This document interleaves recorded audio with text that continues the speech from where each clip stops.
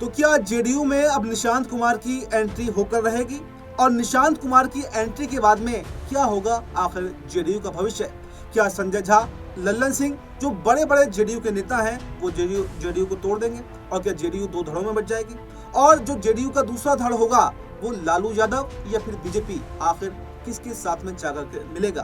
क्योंकि लल्लन सिंह जो वरिष्ठ नेता नीतीश कुमार के बाद में जेडीयू के अंदर कहे जाते हैं, वो लालू यादव से भी नजदीकियां उनकी रही हैं और अब फिलहाल वो बीजेपी के संपर्क में हैं, केंद्र में मंत्री हैं और बीजेपी के खासम खास कहे जाते हैं। और इसको लेकर पिछले काफी समय से अगर आप देखें तो नीतीश कुमार से ज्यादा समर्थन लल्लन सिंह यहाँ पर बीजेपी का करते हुए दिखाई देते हैं। तो ऐसे में ये चर्चाएं अब बिहार चुनाव से पहले वापस से तेज हो गई हैं, क्योंकि हालांकि आप देखा होगा आपने कि साल के शुरुआत में होली के बाद में निशांत कुमार की एंट्री संभव बताई जा रही थी, लेकिन तब तो नीतीश कुमार ने अपने कदम पीछे खींच लिए।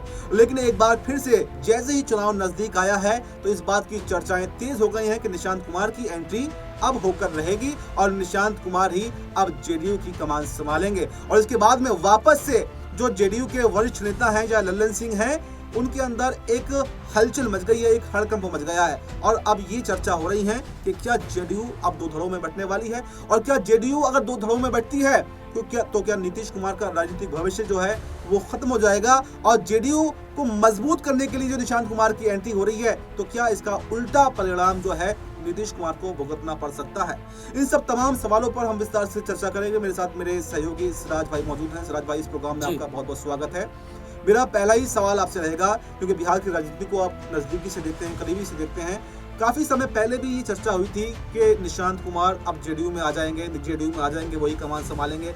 उस वक्त भी अच्छा खासा विरोध खुद जेडीयू के अंदर देखने को मिला था और शायद यही चीजें देखकर नीतीश कुमार ने अपने कदम पीछे खींच लिए थे जी। अब वापस से वही सब कुछ समीकरण बनते हुए दिखाई दे रहे हैं। चुनाव नजदीक है, तो क्या चुनाव से पहले निशांत कुमार की एंट्री अगर होती है तो क्या जेडीयू दो धड़ों में बंट जाएगी? और दूसरा धड़ आखिर किसके साथ, बीजेपी के साथ या फिर लालू यादव के साथ में जाता हुआ दिखाई देगा? बिल्कुल जाहिर सी बात है अब्बास भाई, बिहार में विधानसभा चुनाव नजदीक है, लेकिन जेडीयू के भविष्य को लेकर अब सवाल उठ रहे हैं।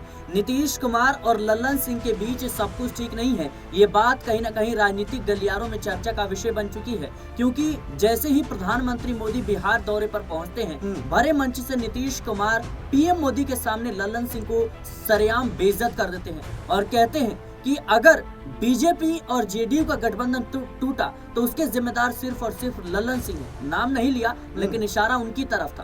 उन्होंने साफ तौर पर कहा कि अगर हमारी दोस्ती आपके साथ टूटी, यानी मोदी और नीतीश की जोड़ी टूटी, तो उसके जिम्मेदार लल्लन सिंह है। लल्लन सिंह के कहने पर मैं लालू यादव से हाथ मिलाया। तो ये बड़ा सवाल है कि भरे मंच से नीतीश कुमार को ये कहने की जरूरत क्यों आ पड़ी?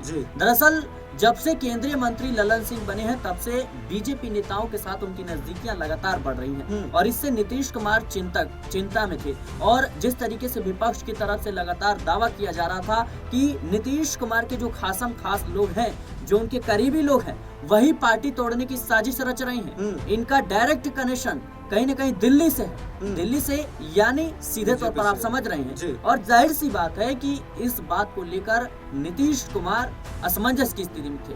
नीतीश कुमार को समझ नहीं आ रहा था कि अगर अब वो चुनाव के वक्त में अगर एनडीए का साथ छोड़ते हैं तो फिर कहीं न कहीं उनकी पार्टी भी टूट सकती है, क्योंकि पार्टी ऐसे नाजुक दौर से गुजर रही है कि कहीं न कहीं परिस्थितियां अलग हैं। और बीच में देखा जाए तो निशांत कुमार की एंट्री को लेकर लगातार चर्चा हो रही थी। खबर ये भी है कि निशांत कुमार की एंट्री को लेकर नीतीश कुमार ने तैयारी कर ली थी। जेडीयू के तमाम जो छोटे बड़े नेता हैं वो तैयार थे, लेकिन कुछ खासम खास जो नेता है नीतीश कुमार के, जो कभी करीबी हुआ करते थे, वो लोग नाराज थे। उनका कहना था कि भाई लंबे वक्त से हम आपके साथ हैं, लेकिन निशांत कुमार की एंट्री मतलब सीधे तौर पर राजनीतिक विरासत सौंपना।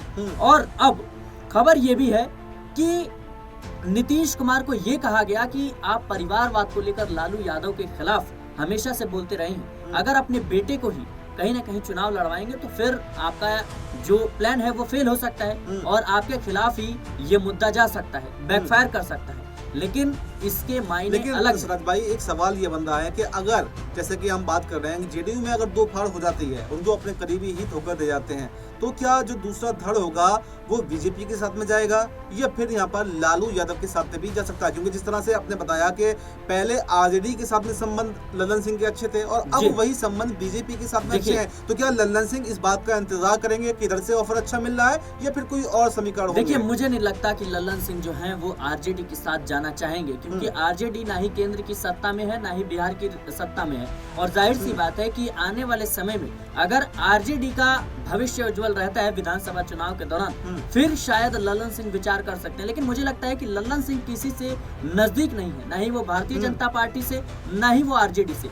वो बस देखते हैं कि कहाँ पे मैं फिट बैठ सकता हूं, कहाँ पे मेरा फायदा होगा। आरजेडी के साथ जब जेडीयू का गठबंधन था, उन्हें दिख रहा था कि अगर मेरे साथ विधायक आ जाते हैं तो मैं डिप्टी सीएम की जो कमान है वो भी मिल सकती है, मुझे कोई बड़ी जिम्मेदारी राज्य में मिल सकती है। और वहीं देखा जाए तो अब वो समझ रहे हैं कि केंद्र की सत्ता में भारतीय जनता पार्टी हावी है। अगर मोदी शाह के मैं करीब रहूंगा, फायदा पहुंचाऊंगा, तो जाहिर सी बात है उन्हें और बड़ी जिम्मेदारी मिलेगी। क्या पता उन्हें बिहार में डिप्टी सीएम का पद मिल जाए, क्या पता उन्हें बिहार में सीएम बना दिया जाए। तमाम सवाल हैं जो कहीं ना कहीं लल्लन सिंह को लेकर उठ रहे हैं, कयास लगाए जा रहे हैं। फिलहाल राजनीति जो है कयासों पर चलती है, आने वाले समय में क्या होगा ये देखना काफी ज्यादा दिलचस्प। तो ऐसे में सबसे बड़ा सवाल ये है, बस छोटा सा सवाल आपके लास्ट में, कि अगर जेडीयू टूटती है तो फिर क्या नीतीश कुमार का राजनीतिक भविष्य जो है वो खत्म हो जाएगा? और क्या ये नीतीश कुमार का जो चुनाव है 2025 का चुनाव का ये आखिरी चुनाव होने वाला है? और क्या आखिर एक ये भी सवाल रहेगा कि आखिर 2025 के विधानसभा चुनाव के बाद में कौन अगला सीएम जो है वो बिहार का होने वाला है? देखिए, भारतीय जनता पार्टी के कई नेता इस बात का खुला संकेत दे चुके हैं कि चुनाव के बाद बीजेपी का अपना मुख्यमंत्री होगा।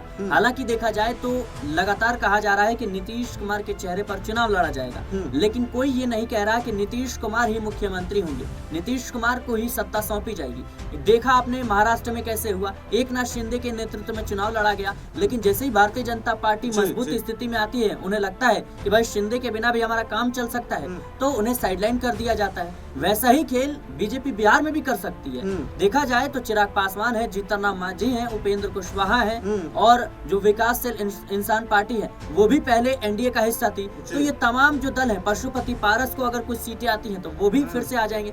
बीजेपी ने ये करके दिखाया है बिहार में। पशुपति पारस के साथ जब सांसद थे तो उन्हें केंद्रीय मंत्री बनाया, अब चिराग पासवान के पास सांसद है तो उन्हें केंद्रीय मंत्री बना दिया। तो ये कोई नई बात नहीं है, और बिहार की राजनीति तो इसीलिए जानी जाती है बड़े उलटफेर के लिए। तो आने वाले समय में कुछ भी हो सकता है।